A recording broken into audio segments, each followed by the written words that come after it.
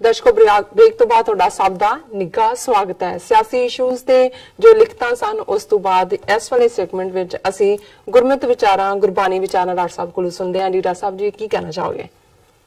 देखो अज प्रोग्राम तो पहला ऑफिस च साडे चौधरी मतीन काजी साहब वो गुजरदियां आए बैठे, गलबात चल रही सी और रूहानियत वाल गल मुड़ी जी।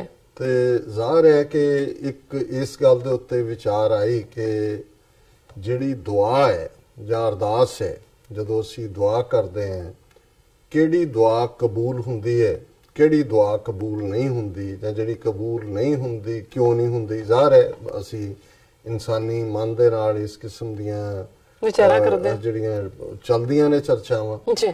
और उस तो पहला असल च गल चल रही सी कि भी असीं जिहड़े अपने आप नूं मजहबी लोग कहंदे हैं, असीं होर तां बहुत कुछ करदे हैं कि मजहब दे विच की क्या की नहीं क्या। और मैं उन्हां नूं दस रहा सी, मैं कहा कि भी 3 पिलर सिखिज्म दे ने गुरु नानक साहब दीयां टीचिंग्स दे, जिन्हां दे उत्ते सिੱਖੀ खड़ी है जी।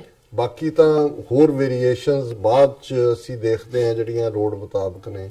ਉਹਨੇ नाम जपो किरत करो वंड छको। एक है भी जिस रब ने पैदा किया है, जिन्हें ये खूबसूरत धरती शरीर सारियां सहूलतां ने, हमेशा उसनूं अपनी याद दे विच रखो। नाम जपना यही है इबादत करनी। जे इस्लाम दे विच 5 नमाज़ां दा प्रोविजन है, सिੱਖੀ च असीं सूरज चढ़न तो पहला, सूरज छुपण वेले और सौण वेले 3 टाइम जिन्हों असीं पाठ या प्रेयर कहंदे हैं। तो मतलब यही है कि ये बार बार याद करवाना कि तू एक वड्डी इस कायनात दे विच एक छोटा हिस्सा है और शुक्रगुजार हो अपने सेंट्रल एक्सल दे नाल जुड़। सो किरत है, मैं कहा जी जे इस्लाम चों जिहड़ा रिज़क हलाल है ये सेंट्रल कोर है। इसे तरह किरत है कि ईमानदारी दे नाल अपनी कमाई करनी और उही जो तुहाडा हक है। जो रिज़क हलाल किया जाता है, जो तुहाडा हक बनता है। अज असीं अपने आले दुआले देखिए किरत जां रिज़क हलाल वाले किन्ने ने। असीं किवें अपने भरा नूं, अपने पार्टनर नूं, अपने मालक नूं, अपने नौकर नूं किवें झुंडदे हैं, किवें लुटदे हैं, किवें जिहड़ा उसदा हक खो के खांदे। ते फिर असीं भावें जिन्ने मर्जी सारा दिन प्रेयर दे विच रहीए जां पाठ करदे रहीए ते ओह रब तां होर सब नूं तां तुसीं दुनिया दी अख तो तां बच के अपने आप नूं मजहबी बन सकदे हो, दिखाण लई दुनिया नूं, रब तो तां नहीं बच सकदे। ते तीसरा सिੱਖੀ दा प्रिंसिपल वंड के, ईवन जिहड़ी तुसीं रिज़क हलाल है, जिहड़ी किरत दी कमाई है, ਉਹ ਵੀ ਪਹਿਲਾਂ ਦੇਖੋ ਤੁਹਾਡੇ ਨੇੜੇ ਕੋਈ ਭੁੱਖਾ ਤਾਂ ਨਹੀਂ, ਕੋਈ ਪਿਆਸਾ ਤਾਂ ਨਹੀਂ, ਕੋਈ ਲੋੜਵੰਦ ਤਾਂ ਨਹੀਂ, ਉਹਨੂੰ ਵੰਡ ਕੇ ਜਿਹੜਾ ਛਕਣਾ। ਸੋ ਜ਼ਾਹਿਰ ਹੈ ਇਥੋਂ ਇਹ ਵਿਚਾਰ ਸ਼ੁਰੂ ਹੋਈ कि भी जदों असीं सचमुच रब दे प्यार दे विच इस कदर गुड़ंद हुंदे हैं कि सानू कोई गैर नहीं लगता साडे अपने अंदर। और यही कारण है कि जे रिज़क हलाल नहीं है, जिस किस्म की कमाई है, फिर असीं बच्चियां तो किवें उपराम हुंदे हैं, आले दुआले तो किवें देखदे हैं। सो ज़ाहिर है भी अपना हिसाब हर एक नूं आप देना पैंदा है। और ये दुआ या अरदास ते हुक्म दे विच फर्क हुंदा है। साडे जिम्मे दुआ है, अरदास है। जिहड़ा मालिक है, राज़िक है, रब है, मौला है, वो हुक्म देने वाला है, उसका हुक्म है और उसकी रजा च रहना। रजा च रहंदे ओ मन ले तां भी ओहदी मर्जी, ना मन्ने फिर की कर सकदे। फिर भी सानू ये है कि भाई जे सुख दे तां तुझे आराधी, दुख भी तुझे ध्याई, जे भुख दे तां इत ही राजा, दुख विच सुख मना। जे सुख दे तां भी तेरे हैं, दुख दे तां भी तेरे हैं, जिथे भी रखे असीं खुश हैं। सो असीं सोमवार दी विचार च भाई गुरदास जी जिहड़े बहुत वड्डे सिख स्कॉलर होए ने 400 साल पहला, उन्हां दे ब्रिज भाषा दे विच लिखे जिहड़े सवैये ने, उन्हां चों एक दी विचार जिहड़ा अल्टरनेट वीक ते करदे। अज 273 नंबर उन्हां दा सवैया है, टोटल 675 उन्हां दी गिणती है।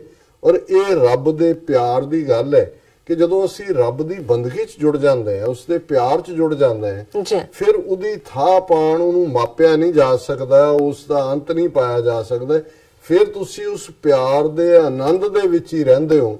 ते कहत कबीर गूंगे गुड़ खाया, पूछे ते क्या कहिए। वो गूंगे दे गुड़ खाण वांग है। ते भाई साहब फरमांदे ने, अबगत गत कत आवत अंतरगत अकथ कथा सो कह कैसे कह सुनाई है, अलख अपार किदों पायत पार कैसे, दर्श आदर्श को कैसे कह दिखाई है, अगम अगोचर अगोह गई है तो कैसे, निर्लंब कौन अवलंब ठहराई है, गुरमुख संद मिले सोई जाने जामे बीते, बिस्म विदे जल बूंद होए समाई है। जी ਹੁਣ ਇਹ ਉਸ ਪਹਿਲਾਂ ਤਾਂ ਰੱਬ ਦਾ ਵਾਹਿਗੁਰੂ ਦਾ ਬਿਆਨ ਹੈ, ਵਿਖਿਆਨ ਹੈ, ਅਵਗਤ ਗਤ ਕਤ ਆਵਤ ਅੰਤਰਗਤ, ਕਿ ਉਸ ਇਟਰਨਲ ਵਾਹਿਗੁਰੂ ਦੀਆਂ ਜਿਹੜੀਆਂ ਮਿਸਟਰੀਜ਼ ਨੇ, ਉਹਦੇ ਰਹੱਸ ਨੇ, ਉਸ ਦੇ ਭੇਤ ਨੇ, ਉਸ ਦੀ ਜਿਹੜੀ ਵੱਡਾਪਨ ਹੈ, ਉਹਨੂੰ ਅਸੀਂ ਕਿਵੇਂ ਜਾਣ ਸਕਦੇ ਹਾਂ। ਉਹ ਦਿਮਾਗ ਕਿੱਥੋਂ ਲਿਆਈਏ, ਕਿਉਂਕਿ ਦਿਮਾਗ ਦੀ ਇੱਕ ਹੱਦ ਹੈ, ਇੱਕ ਸੀਮਾ, ਇੱਕ ਬਾਉਂਡਰੀ। ਉਸ ਰੱਬ ਦੀ ਤਾਂ ਕੋਈ ਹੱਦ ਨਹੀਂ। ਸੋ ਉਸ ਨੂੰ ਜਾਣ ਦੇ ਲਈ ਤਾਂ ਤੁਹਾਨੂੰ ਇਨਫਿਨਿਟ 'ਚ ਜਾਣਾ ਪਏਗਾ, ਤੇ ਅਸੀਂ ਤਾਂ ਦਿਮਾਗ 'ਚੋਂ ਨਿਕਲਦੇ ਹੀ ਨਹੀਂ। ਸਾਡੀ ਤਾਂ ਸਾਰੀਆਂ ਖੇਡਾਂ ਹੀ ਜਿਹੜੀਆਂ ਨੇ ਉਹ ਦਿਮਾਗ ਦੇ ਦੁਆਲੇ ਘੁੰਮਦੀਆਂ ਹੁੰਦੀਆਂ ਨੇ। ਅਕਥ ਕਥਾ ਸੋ ਕੈਸੇ ਕਹਿ, ਉਹਦੀ ਜਿਹੜੀ ਕਹਾਣੀ ਹੈ ਉਹਨੂੰ ਤਾਂ ਬਿਆਨ ਹੀ ਨਹੀਂ ਕੀਤਾ ਜਾ ਸਕਦਾ, ਤੇ ਕਿਵੇਂ ਸਾਡੀ ਜ਼ਬਾਨ ਜਾਂ ਸਾਡੀ ਇਮੇਜਿਨੇਸ਼ਨ ਰੱਬ ਨੂੰ ਬਿਆਨ ਕਰ ਸਕਦੀ ਹੈ। ਅਲਖ ਅਪਾਰ ਕਿਦੋਂ ਪਈਅਤ ਪਾਕ ਕੈਸੇ, ਕਿ ਵੀ ਜਿਹਦਾ ਐਂਡ ਹੀ ਕੋਈ ਨਹੀਂ, ਉਹਨੂੰ ਤੁਸੀਂ ਕਿੱਥੋਂ ਫੜ ਕੇ ਲਿਆਓਗੇ ਜੀ। ਰੱਬ ਨੂੰ ਤੁਸੀਂ ਫੜ ਕੇ ਦਿਖਾਓ ਜੀ, ਲੈਬੋਰਟਰੀ 'ਚ ਬਣਾਓਗੇ, ਟੈਸਟ ਟਿਊਬ 'ਚ ਬਣਾਓਗੇ। ਸੋ ਜ਼ਾਹਿਰ ਹੈ ਕਿ ਉਹ ਇੱਕ ਅਗੰਮ ਹੈ, ਅਲੱਖ ਹੈ, ਉਹਨੂੰ ਬਿਆਨਿਆ ਨਹੀਂ ਜਾ ਸਕਦਾ। ਦਰਸ਼ ਆਦਰਸ਼ ਕੋ ਕੈਸੇ ਕਹਿ ਦਿਖਾਈਏ, ਜਿਹੜਾ ਇਨਵਿਜ਼ੀਬਲ ਹੈ, ਮਹਿਸੂਸ ਕੀਤਾ ਜਾ ਸਕਦਾ, ਉਹਨੂੰ ਤੁਸੀਂ ਵਿਜ਼ੀਬਲ ਕਿਵੇਂ ਬਣਾਓਗੇ। ਅਗਮ ਅਗੋਚਰ ਅਗੋ ਗਈ ਹੈ ਧੋ ਕੈਸੇ, ਕਿ ਵੀ ਜਿਹੜਾ ਬਿਯੋਂਡ ਸੈਂਸਸ ਹੈ, ਪਰਸੈਪਸ਼ਨ ਤੋਂ ਦੂਰ ਹੈ, ਉਹਨੂੰ ਤੁਸੀਂ ਕਿਵੇਂ ਫੜ ਕੇ ਧੋ ਕੈਸੇ, ਕਿਵੇਂ ਉਹਨੂੰ ਤੁਸੀਂ ਫੜ ਕੇ ਰੱਖੋਗੇ। ਨਿਰਲੰਬ ਕੌਣ ਅਵਲੰਬ ਠਹਿਰਾਈ ਹੈ, ਕਿ ਵੀ ਉਹਨੂੰ ਕਿਸੇ ਦੀ ਸਪੋਰਟ ਦੀ ਲੋੜ ਨਹੀਂ ਹੈ, ਉਹ ਨਿਰਲੰਬ ਹੈ, ਤੇ ਉਹਨੂੰ ਤੁਸੀਂ ਕੌਣ ਹੋ ਜਿਹੜੇ ਉਹਨੂੰ ਸਪੋਰਟ ਦੇ ਸਕੋਗੇ। ਅਖੀਰ ਭਾਈ ਸਾਹਿਬ ਨੇ ਫਰਮਾਇਆ, ਗੁਰਮੁਖ ਸੰਦ ਮਿਲੇ ਸੋਈ ਜਾਣੇ ਜਾਮੇ ਬੀਤੇ, ਕਿ ਜਿਹੜਾ ਰੱਬ ਵੱਲ ਮੂੰਹ ਕਰਦਾ ਹੈ, ਉਸ ਦੀ ਇਬਾਦਤ ਦੇ ਵਿੱਚ ਜੁੜਦਾ ਹੈ, ਤੇ ਜਦੋਂ ਉਹਦੇ ਨਾਲ ਹੀ ਇਕਮਿਕ ਹੋ ਜਾਂਦਾ ਹੈ, ਤੇ ਫਿਰ ਉਹੀ ਜਾਣ ਸਕਦਾ ਹੈ ਕਿ ਵਾਹਿਗੁਰੂ ਦਾ ਪਿਆਰ ਕੀ ਹੈ, ਜਿਹਨੂੰ ਬਾਬਾ ਫਰੀਦ ਨੇ ਫਰਮਾਇਆ ਸੀ, ਫਰੀਦਾ ਸ਼ੱਕਰ ਖੰਡ ਨਿਵਾਤ ਗੁੜ, ਮਾਖਿਓ ਮਾਝਾ ਦੁੱਧ, ਸਭੇ ਵਸਤੂ ਮਿੱਠੀਆਂ ਰੱਬ ਨਾ ਪੁੱਜਣ ਤੁਧ, ਕਿ ਵੀ ਇਹਨਾਂ ਸਾਰੀਆਂ ਹੀ ਮਿੱਠੀਆਂ ਚੀਜ਼ਾਂ ਨਾਲੋਂ ਰੱਬ ਮਿੱਠੇ।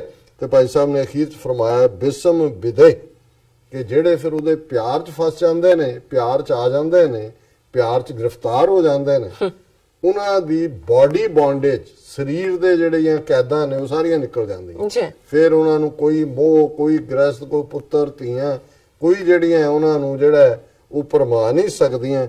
ਜਲ ਬੂੰਦ ਹੋਏ ਸਮਾਈ ਹੈ, ਇਹ ਇਵੇਂ ਹੀ ਹੈ ਜਿਵੇਂ ਪਾਣੀ ਦੀ ਬੂੰਦ ਪਾਣੀ ਦੇ ਵਿੱਚ ਜਾ ਮਿਲਦੀ ਹੈ। ਔਰ ਇਹ ਜਿਹੜਾ ਜੋ ਜੋਤੀ ਸੰਗ ਜੋਤ ਵਾਲੀ ਜਿਹੜੀ ਗੱਲ ਹੈ, ਅਸੀਂ ਬਹੁਤ ਵਾਰੀ ਮਰਨ ਤੋਂ ਬਾਅਦ ਕਹਿੰਦੇ ਹਾਂ ਕਿ ਇਹ ਜਿਹੜਾ ਕਿ ਭਾਈ ਜੋ ਜਲ ਮੈਂ ਜਲ ਆਏ ਖਟਾਨਾ, ਤੇ ਉਹ ਜੋਤੀ ਸੰਗ ਜੋਤ, ਇਹ ਮਰਨ ਦੇ ਨਾਲ ਹੀ ਨਹੀਂ ਹੈ, ਇਹ ਜਿਉਂਦਿਆਂ ਦੇ ਵੀ ਹੈ। ਉਹੀ ਹਾਲਤ ਹੈ ਭਾਈ ਗੁਰਦਾਸ ਜੀ ਨੇ ਫਰਮਾਈ ਕਿ ਜਿਵੇਂ ਜਲ ਜਲ ਦੇ ਵਿੱਚ ਸਮਾ ਜਾਂਦਾ ਹੈ, ਤੇ ਉਹ ਜੋਤੀ ਸੰਗ ਜੋਤ ਸਮਾਨ। ਸੋ ਇਹ ਅੱਜ ਦਾ ਵਿਚਾਰ ਜੀ। ਰਾਜ ਸਾਹਿਬ ਤੁਹਾਡਾ ਬਹੁਤ ਬਹੁਤ ਸ਼ੁਕਰੀਆ, ਤੁਸੀਂ ਅੱਜ ਦੇ ਅਹਿਮ ਇਸ਼ੂ ਤੇ ਅੱਜ ਦਾ ਵਿਚਾਰ ਸਾਡੇ ਦਰਸ਼ਕਾਂ ਨਾਲ ਸਾਂਝਾ ਕੀਤਾ। ਇਸ ਨਾਲ ਵਿਊਅਰਸ ਕੋਲ ਲੈਣੇ ਇਜਾਜ਼ਤ। ਵਿਊਅਰਸ, ਸਾਡੇ ਪ੍ਰੋਗਰਾਮ ਦਾ ਸਮਾਂ ਇੱਥੇ ਸਮਾਪਤ ਹੁੰਦਾ ਹੈ। ਤੁਸੀਂ ਆਪਣੀ ਰਾਏ ਤੇ ਸੁਝਾਅ ਸਾਨੂੰ ਭੇਜਣਾ ਭੁੱਲਣਾ ਸਾਡੇ ਇਸ ਪਤੇ ਤੇ sos@tvh4.tv ਤੇ ਅਸੀਂ ਆਪਣਾ ਪ੍ਰੋਗਰਾਮ ਲੈ ਕੇ ਫਿਰ ਦੁਬਾਰਾ ਹਾਜ਼ਰ ਹੋਵਾਂਗੇ। ਤਦ ਤੱਕ ਲਈ ਮੈਨੂੰ ਤੇ ਆਪਣਾ ਸਾਂਝਾ ਦਿਓ। ਦੇਖਦੇ ਰਹੋ TV84। ਬੁਲਾ ਦਿਓ ਫਤਿਹ। ਵਾਹਿਗੁਰੂ ਜੀ ਕਾ ਖਾਲਸਾ, ਵਾਹਿਗੁਰੂ ਜੀ ਕੀ ਫਤਿਹ।